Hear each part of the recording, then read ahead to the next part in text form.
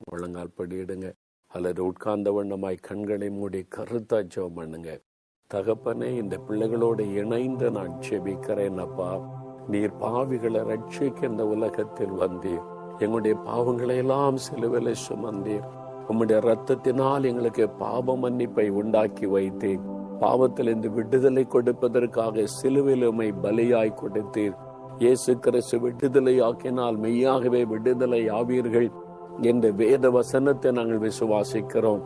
இப்பொழுதும் யார் யார் எனக்கு இந்த பாவ பழக்கத்திலிருந்து விடுதலை வேணும், குடி பழக்கத்திலிருந்து விடுதலை வேண்டும், போதை வஸ்துகள் இந்த விடுதலை வேண்டும், இந்த பாவ சுபாவங்கள், குணங்கள், இச்சையான பாவ காரியத்திலிருந்து விடுதலை வேண்டும் என்று யார் யார் இப்பொழுதை ஜெபிக்கிறார்களோ ஒவ்வொருவருக்காகவும் நீர் சிலுவையிலே மரித்ததை நினைத்தருளும்.